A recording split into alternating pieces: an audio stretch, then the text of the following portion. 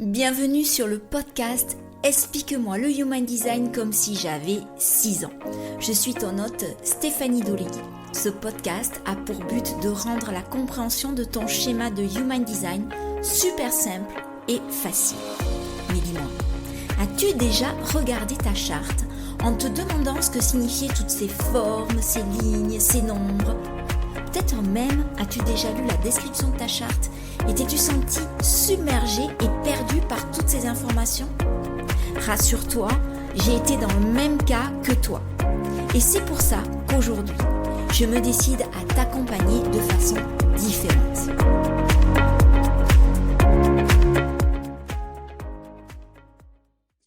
Bienvenue dans ce nouvel épisode un peu particulier.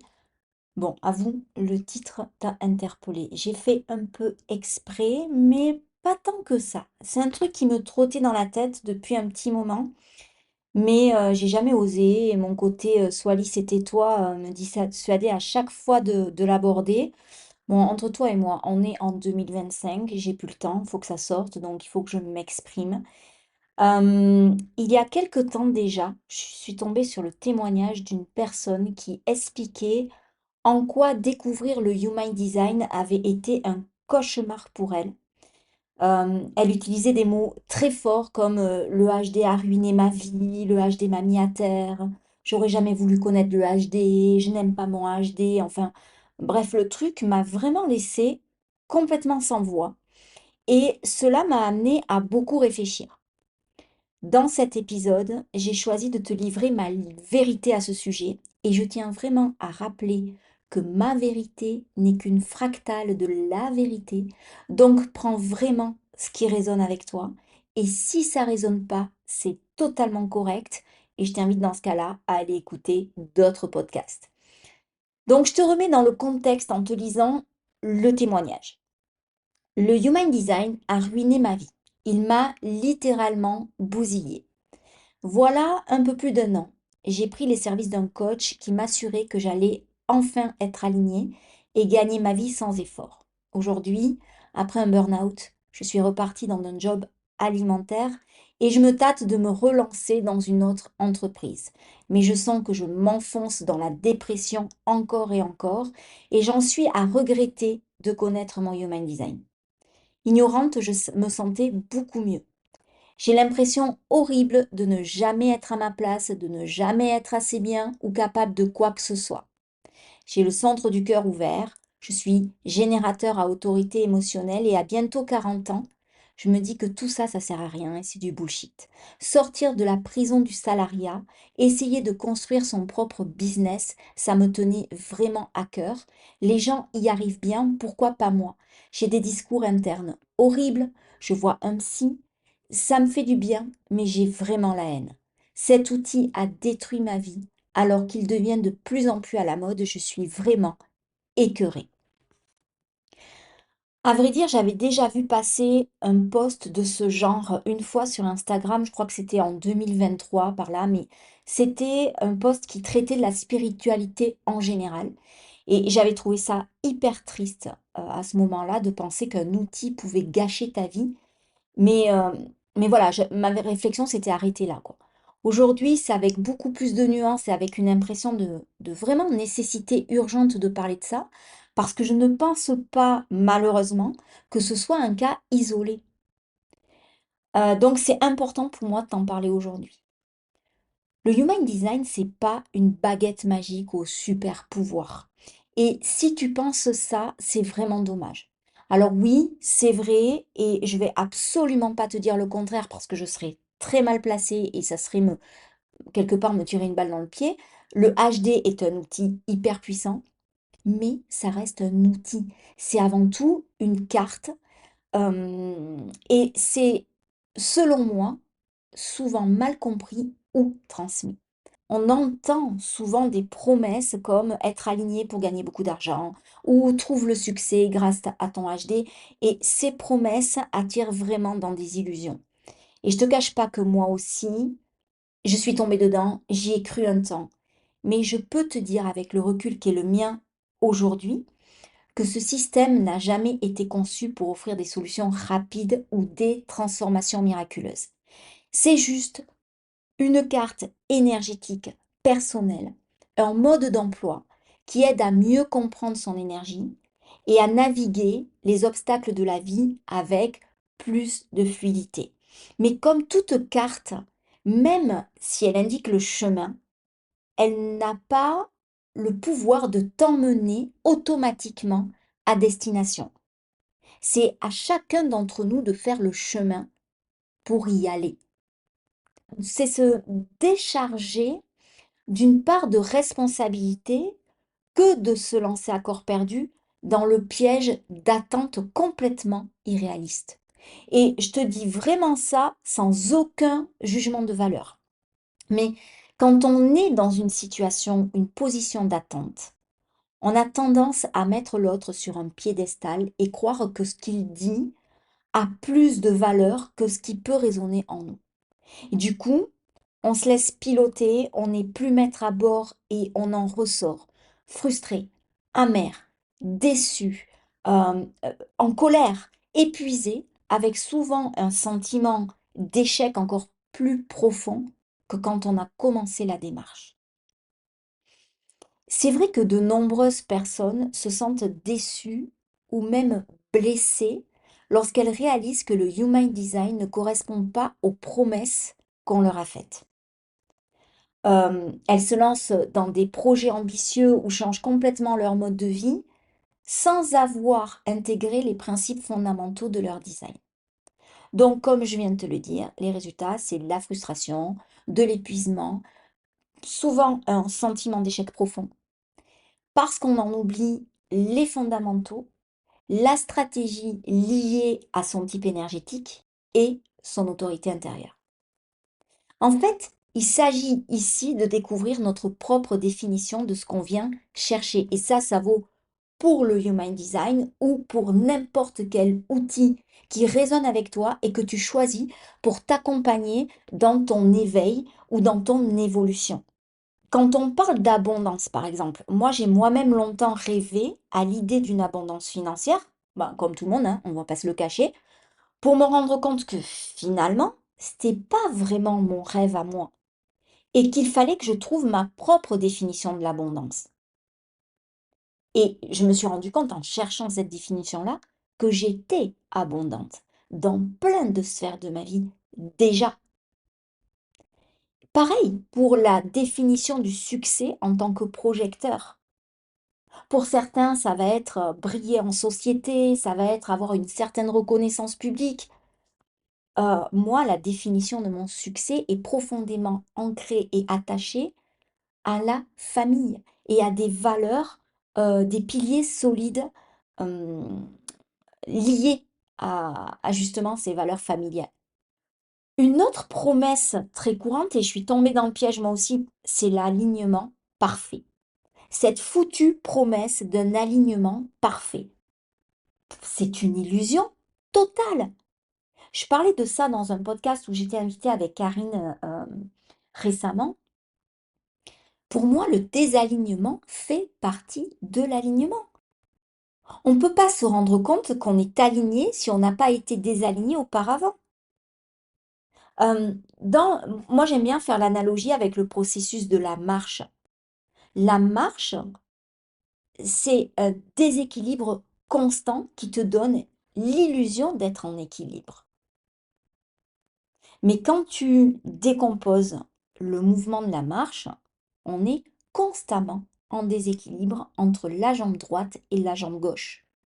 Et c'est ce déséquilibre qui crée l'équilibre en fait. Et puis l'alignement, ça signifie pas effacer quelque chose. Être aligné émotionnellement, ça signifie pas gommer ses émotions ou les nier. C'est une promesse qu'on ne peut pas faire et à laquelle on ne peut absolument pas croire. L'objectif ici, c'est pas de faire disparaître, mais c'est d'accepter, de comprendre, de nommer les choses. Et puis, ce que je me suis rendu compte aussi, c'est qu'il y a la promesse implicite que ton design te dira quoi faire. Et c'est particulièrement vrai pour les projecteurs qui entendent qu'ils doivent attendre les invitations pour tout, travail, relations, opportunités, etc. Moi, je sais de quoi je parle puisque je suis projecteur. Alors, au début, quand je l'ai appris, ça m'a validé énormément de choses et ça m'a fait l'effet waouh. Mais je me suis rendu compte que le fait d'apprendre que j'étais projecteur m'avait fait tomber dans une immobilité frustrante parce que je croyais que je devais rester passive jusqu'à ce qu'une invitation magique arrive. Et c'est absolument pas le cas. Et je te le dis d'entrée, tu peux attendre toute l'invitation que tu veux, ça n'arrivera pas. Parce que attendre d'être invité ne signifie pas ne rien faire. Ça signifie pas binger les séries sur Netflix sur le canapé en t'enfilant le pot de Nutella. À part prendre des kilos, ça va servir à rien. Ça signifie se montrer visible dans son authenticité et s'engager dans des activités qui te passionnent. Parce que ça va attirer naturellement les bonnes personnes et les bonnes opportunités. Par exemple, partager les connaissances sur les réseaux sociaux ou dans des cercles qui sont alignés avec toi, c'est une façon de te rendre visible sans forcer les choses. Et ça, cet effet waouh de type énergétique, faut pas tomber dans le piège justement de se mettre dans certaines étiquettes. Il est essentiel de reconnaître justement ces pièges et de revenir à l'essence même de l'outil qu'est le Human Design, un outil d'expérimentation personnelle. Déjà un outil de différenciation, mais par l'expérimentation. Le Human Design en lui-même, il promet pas de résoudre tous les problèmes. Tu as besoin de planter un clou. Tu vas pas aller voir ton Human Design. Par contre, le Human Design, il t'offre une boussole pour explorer ton énergie et découvrir ce qui fonctionne pour toi. Pas pour l'autre, pour toi. Alors, forcément, ça va demander du temps, de la patience et un engagement sincère envers toi-même. Faut comprendre que le Human Design, c'est avant tout un processus. C'est pas une solution rapide. C'est pas en un claquement de doigts que ça se fait. Ces bénéfices vont apparaître avec le temps et l'expérimentation. C'est avant tout un guide pour mieux te connaître et il faut le voir comme une notice d'utilisation de notre potentiel énergétique, pas comme une garantie de résultat immédiat. Ça, c'est hyper important. Quand on découvre l'outil, et je suis hyper à l'aise pour t'en parler parce que j'en ai fait l'expérience, donc je me place pas au-dessus des autres, mais vraiment, je connais le truc, c'est que on tombe dans le trou d'Alice au Pays des Merveilles.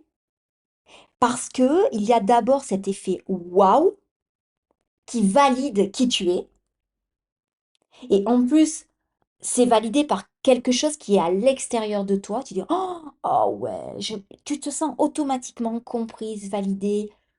Voilà, tu as l'impression que tu existes vraiment pour qui tu es. Et du coup, ça te pousse à encore en savoir plus, toujours plus. Et tu peux te sentir vite submergé par toutes les informations. Et je sais de quoi je te parle parce que moi, au début, ça a tellement nourri mon mental. Ça m'a tellement nourri intellectuellement. J'en étais ravie, mais j'en ai fait une overdose. J'ai été obligée de le foutre par côté, de me dire, non, mais je veux plus en entendre parler du Human Design, quoi. Ça me gave. En fait, le Human Design, c'est comme une langue à apprendre. Si tu apprends une liste de vocabulaire, mais que tu ne le mets pas en contexte, déjà, ça sert pas à grand-chose. Et puis en plus, il arrive un certain moment où tu vas stagner et ça va te décourager. Parce que le but d'une langue, c'est d'apprendre à parler avec quelqu'un d'autre, à communiquer, à développer du relationnel. On n'apprend pas une langue pour soi. Et dans le Human Design, il y a une quantité phénoménale d'informations. Et toutes ces informations, finalement, vont pouvoir te pousser à penser que t'es pas assez, que t'arriveras jamais à tout retenir. Et moi, pendant longtemps, je me suis pas sentie légitime parce que je connaissais pas tout par cœur. Et je me suis dit, mais non, Steph, tu peux pas parler de quelque chose que tu connais pas, que tu maîtrises pas sur le bout des doigts. Ben, j'avais complètement faux. Et ça m'a fait perdre des mois, voire des années à partager, à rencontrer de l'humain, à dire, hé, ok, je suis transparente là, je sais pas tout sur tout, mais tu vois, il y a quelque chose dans mon expérience que j'ai envie de te partager là parce que je pense que ça peut être utile. Et puis, je suis suffisamment humble aujourd'hui pour te dire, ben, si ça te va pas, c'est correct aussi, hein. Prends juste que ce qui résonne. Et aujourd'hui, je m'autorise totalement à pas tout savoir. Et c'est là que ça devient transformateur. Et je te réveille ici un secret de polichinelle. T'as pas besoin de tout comprendre pour appliquer. Et au contraire, la compréhension suit souvent l'expérimentation et pas l'inverse. Et c'est en cela que moi j'adore le Human Design parce que le Human Design, c'est un outil de pleine conscience et de sagesse. Et c'est pour ça que ça a cet effet waouh. Parce que justement, ça te fait réaliser, quand tu regardes ton expérience passée, qu'est-ce qui était aligné ou pas. Et c'est génial. Et tu vois, quand j'étais enseignante, je me rendais compte très souvent, parce que j'avais des élèves qui n'étaient pas dans l'intellect, mais qui étaient dans le pratico-pratique, dans la vie, dans l'expérience, en pleine dans l'adolescence, donc de vivre pleinement à 2000% les choses, de se dire, eh oh madame, c'est bien beau le théorique, mais concrètement, ça donne quoi? En pratique, comment on fait? Et ils avaient entièrement raison. Et c'est là que tu te rends compte que tu es amené à déconstruire tout ce qu'on a construit intellectuellement. Et que ça passe par l'expérience du corps, par l'expérience des ressentis, par le fait que quand tu es générateur à autorité sacrale, tu dois écouter ton sacral. Parce que lui sait, lui expérimente au quotidien. Ton cœur, il n'a pas besoin de ton intellect pour battre. Ton système digestif, il n'a pas besoin que tu lui mettes un process en 3 étapes. Il te fout la paix. Tu es capable de faire autre chose pendant que tu digères. Et ça, c'est génial. Ce, c'est ce qui rend le Human Design un peu magique parce que tu as souvent donc expérimenté le truc sans avoir pu mettre les mots dessus pour l'expliquer. Et le Human Design t'aide à ça, à mettre des mots sur une expérience que tu n'arrives pas à, que tu n'arrivais pas à conscientiser. C'est important de se détacher de tous ces concepts et de revenir vraiment à l'essentiel, c'est-à-dire le type énergétique, la façon dont tu fonctionnes et attention, là, même si on schématise et qu'on ramène ça à trois essentiels, 3 piliers dans le Human Design, à savoir le type énergétique, la stratégie, l'autorité, il y a tellement de nuances qui t'appartiennent à toi et que tu peux mettre à l'intérieur de chaque mot derrière. Mais pour revenir à ce que je te disais avant par rapport à la langue, comme dans une langue pour communiquer, t'as pas besoin de tout connaître. T'as pas besoin de connaître le dictionnaire dans son entièreté pour communiquer. Et je vais aller même plus loin, t'as même pas besoin de connaître la syntaxe exacte. C'est juste une question de s'autoriser. Quelle est la différence entre celui qui arrive à faire d'énormes progrès dans une langue étrangère et celui qui n'en fait absolument pas? C'est l'expérience, c'est le fait de s'autoriser à parler avec des erreurs, à parler finalement comme une ligne 3, tu vois, en expérimentant. Et je vais rebondir là-dessus. Pour moi, même si notre charte, notre schéma, notre carte de Human Design est individuelle et unique, nous portons en nous la totalité de l'humanité. Donc bien évidemment que même si tu as un profil 2-4 ou 4-6 ou un 3, ben, dans ta vie, il y aura des moments où tu vas avoir une ligne 3 qui va prendre le dessus et tu vas agir en essai-erreur, ou tu vas avoir besoin d'aller à la source des informations et tu vas agir comme une ligne 1. Tu as toutes les lignes en toi. Tu as tout le potentiel de l'humanité à l'intérieur de toi. Tu es le microcosme et le macrocosme. Et ça, c'est vraiment ma vision. Donc, il faut vraiment prendre le Human Design du côté de l'expérimentation. Parce que sinon, on a vite fait de tomber dans le piège du dogmatisme. Tu sais, cette façon très structurée d'apprendre le système qui te fait penser que c'est comme ça, un point, c'est tout.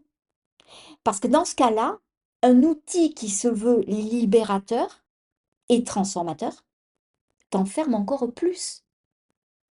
Et là, je le répète, ce n'est pas l'outil en lui-même qui enferme, c'est celui qui le transmet et les projections qu'on en fait et qu'on en a. Là encore, c'est hyper important de ne pas donner notre autorité à quelqu'un d'autre. Il faut observer nos ressentis, voir si ça résonne pour nous. On peut très bien être dans l'accueil de la parole de l'autre, mais garder son point de vue, c'est OK. Si un coach ou un thérapeute insinue qu'il te connaît mieux que tu ne te connais toi, moi je te le dis de suite, dégage, va-t'en, ça pue. Au mieux, il connaît l'étendue de ton potentiel, mais ça reste des potentiels, tant que toi, t'as pas décidé d'en faire autre chose. Donc tu dois rester maître de tes décisions. Et pour revenir au témoignage de ce début de podcast, c'est ce qui, sans doute, s'est passé. C'est qu'on donne trop de valeur à ce qui est extérieur à nous.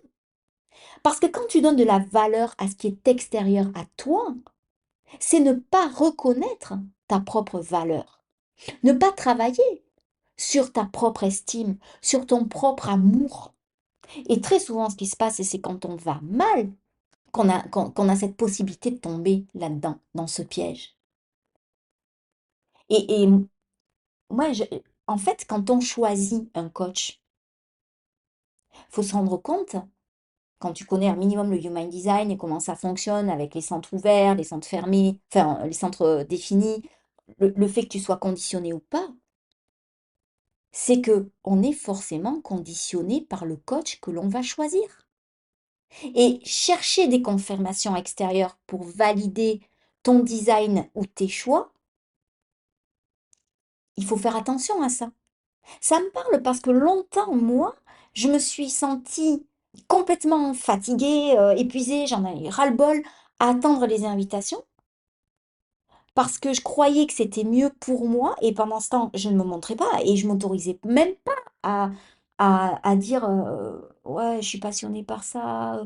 Je commence à avoir un début d'expertise là-dedans.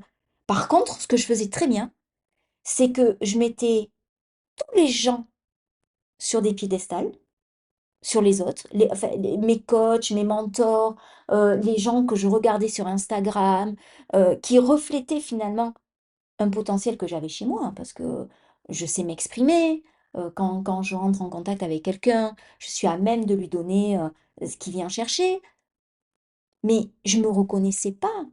Donc, automatiquement, je me mettais en mode Calimero, sous, je mettais l'autre sur un piédestal et je gobais toutes les infos comme des paroles d'évangile. Et je vais aller même plus loin.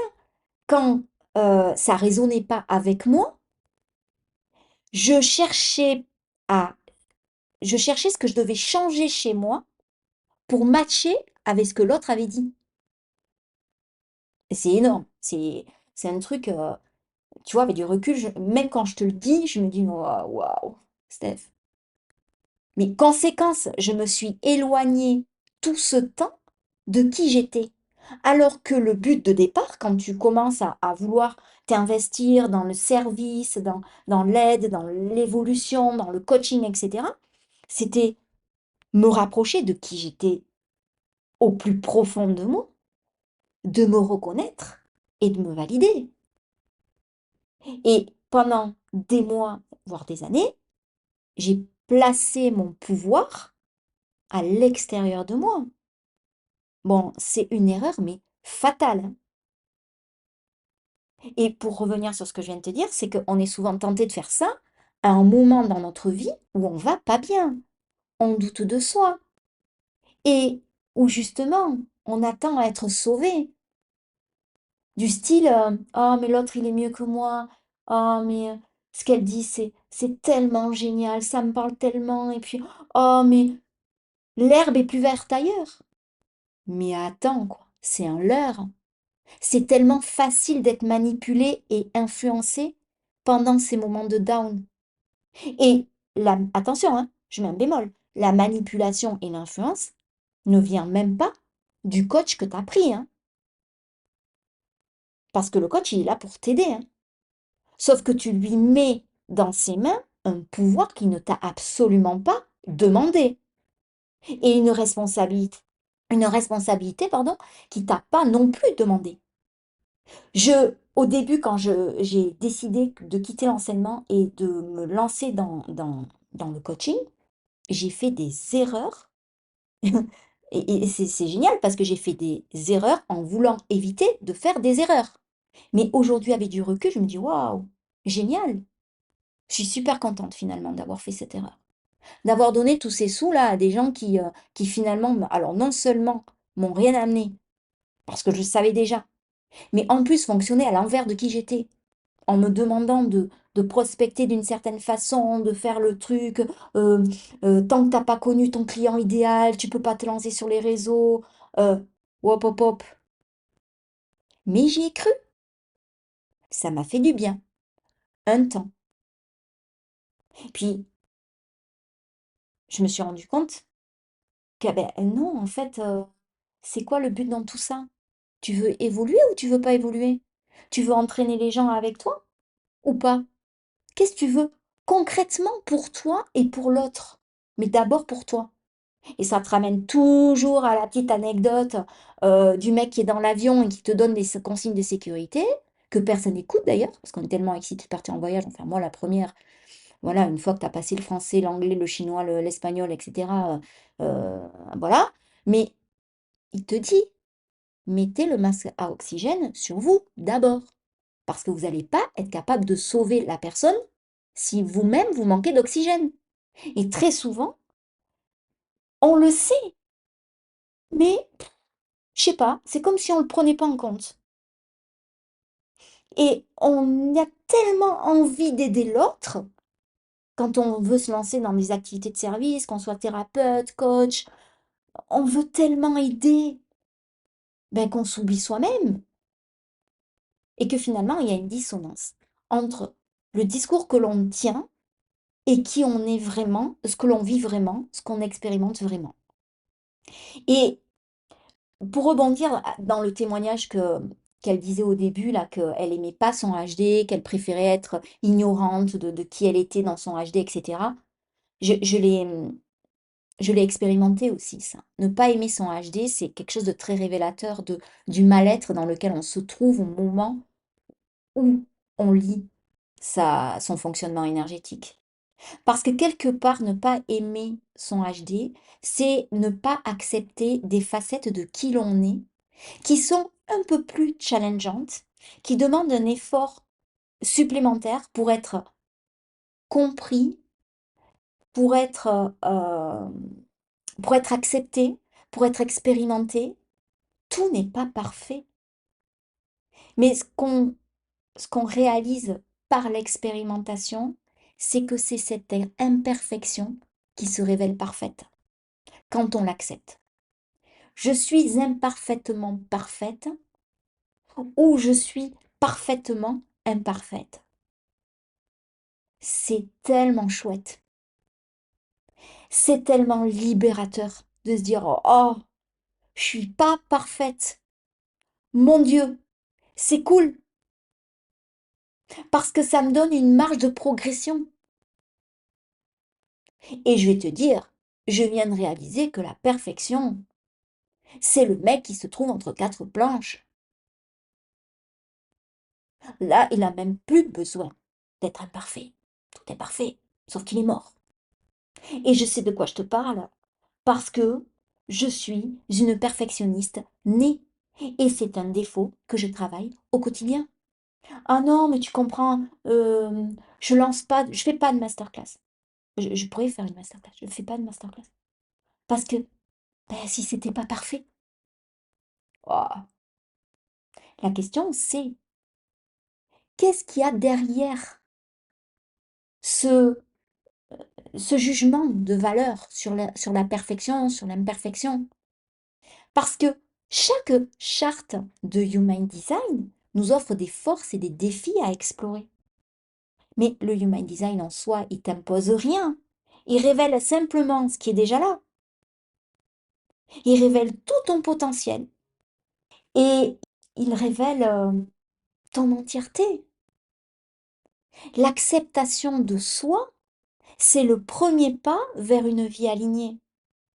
Et puis je vais te dire, même je vais aller encore plus loin pour en avoir discuté avec Christian encore ce matin. La spiritualité, c'est génial. L'évolution, c'est génial. Le développement personnel, c'est génial. Mais ça se résume en, allez, si tu arrives à 5 mots pour résumer la totalité de ce que tu viens chercher, c'est le bout du monde. Et l'acceptation, c'est un mot, un des mots les plus transformateurs. Quand tu as compris ça, que c'est le point de départ, le milieu et l'arrivée de toute ton évolution, ben, enfin voilà, je serais contente d'avoir ton avis, tu vois. N'hésite pas. Est-ce que tu penses que dès le moment où on s'accepte pour qui l'on est et qu'on accepte l'autre pour qui il est, ben, est-ce qu'il y a encore des problèmes dans la vie, quoi? Est-ce qu'il y a encore besoin d'aller chercher plus loin avec tout ce que tu mets dans le mot acceptation, parce qu'on est bien d'accord que c'est un mot valise. Donc s'accepter, c'est savoir se pardonner, c'est savoir s'aimer, c'est s'estimer, c'est prendre le pied de l'évolution, de l'involution, parce que pour moi, le mot involution, c'est un mot hyper important aussi. On parle de développement personnel en ayant à l'idée que se développer, c'est aller vers un point à l'extérieur de soi, c'est un leurre. On devrait parler d'involution personnelle. Parce que l'involution personnelle, c'est revenir à l'intérieur de soi. Tout se passe à l'intérieur de soi. Bref, j'en parlerai des heures. Ce que je voulais parler aussi avec toi, c'est ce que je voulais évoquer, c'était la notion de patience. Parce que c'est une notion qui, pour moi, me titille au quotidien. Je, je suis impatiente de nature. Alors, je me soigne, mais j'ai toujours été plus ou moins. Mais j'ai trop envie que ça aille plus vite. Et pour l'observer chez les autres, chez mes clients, dans ma famille, on est tous pareils. Quel que soit notre type énergétique, on a cette notion d'impatience qui nous caractérise tous. Et je me suis posé la question, j'ai dit, mais bon sang, ça vient d'où cette impatience? Alors, je pense que c'est corrélé quelque part à l'idée que il y a cette notion de temps. Tout est éphémère, tout passe vite. On a une date de péremption. Donc, même moi, arrivé à 50 ans, je dis, ouais, Steph, ça urge là. Dis ce que tu as à dire parce que là, tu es vraiment sur la pente descendante de, voilà, de la deuxième partie de ta vie. Donc, il faut y aller. Euh, mais c'est aussi corrélé au fait que l'on se déconnecte facilement de l'instant présent, de l'ici et du maintenant. C'est-à-dire que soit on est dans le passé et on est nostalgique en se disant ouais, c'est passé trop vite. Pour la petite anecdote, je me suis régalée cette semaine. J'ai regardé l'émission consacrée à Dorothée qui a bercé mon enfance, que j'adore plus que tout.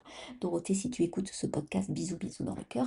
Mais pour te dire que soit tu es dans le passé et connecté à ouais, c'était mieux avant, gna gna gna gna gna gna, soit tu te projettes dans le futur et alors là, ça va pas assez vite. Mais pour revenir à ce dont on parle, c'est-à-dire le Human Design, ça demande du temps, de la patience pour être intégré. Et c'est souvent pour ça que certaines personnes se sentent blessées, trahies, désabusées, complètement spoilées. parce qu'il n'y a pas de changement observable dans l'immédiat.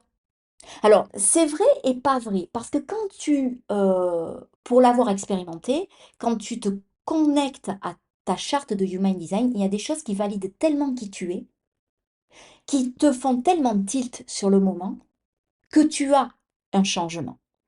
Et c'est cet effet waouh, tu dis, ah ouais, mais ça m'a permis de faire ci, de faire ça. Et ça, c'est le premier effet qui se coule. Le deuxième effet qui se coule, il te ramène à un processus, à une notion de rythme. Le Human Design, c'est un outil pour t'aider à te reconnecter à toi-même. C'est absolument pas une prison. C'est absolument pas une vérité absolue. Et, et je vais te dire plus, c'est pas le Human Design qui va te sauver. C'est la conscience que t'en as, c'est le fait de conscientiser qui tu es, le fait de t'accepter tel que tu es, le fait de dire ok, je suis pas parfaite, c'est pareil, bon mais voilà, mais je vais m'améliorer, je bafouille, je vais m'améliorer. Et c'est tout. J'espère franchement que ce podcast a résonné. C'était le but. Du moins, t'a amené à t'interroger sur la valeur que tu peux donner à certains outils à l'extérieur de toi, à certaines pratiques, à certains accompagnements. Je vais juste faire une parenthèse avant de clôturer ce podcast une bonne fois pour toutes cette semaine, mais euh, dis-moi, quelque chose qui a été très révélateur et très transformateur pour moi dans mes formations, c'est quand une de mes coachs a dit, attention, je vends tel accompagnement, mais je te demande de te poser la question suivante. Est-ce que tu vas prendre cet accompagnement à partir d'un espace de manque ou est-ce que tu prends cet accompagnement à partir d'un espace d'abondance? C'est-à-dire pas à partir d'un manque de qui tu es, mais à partir de la pleine sensation de cet accompagnement. J'en ai pas vraiment besoin, mais je sais qu'il va me permettre de switcher, d'évoluer, d'avancer plus rapidement. Parce que seul, on avance tout le temps, mais ensemble, on avance plus loin et plus vite. Et ça a été véritablement transformateur pour moi. Et ça s'est résumé en une phrase. Est-ce que tu prends ça à partir d'un espace de manque ou est-ce que tu prends ça à partir d'un espace d'abondance pour aller encore plus vite, plus loin et mieux? En ce moment, j'ai le manuel personnalisé que je propose en ce moment à, au prix l'ancien. Donc c'est une opportunité jusqu'au 14 février à ne pas manquer. Voilà.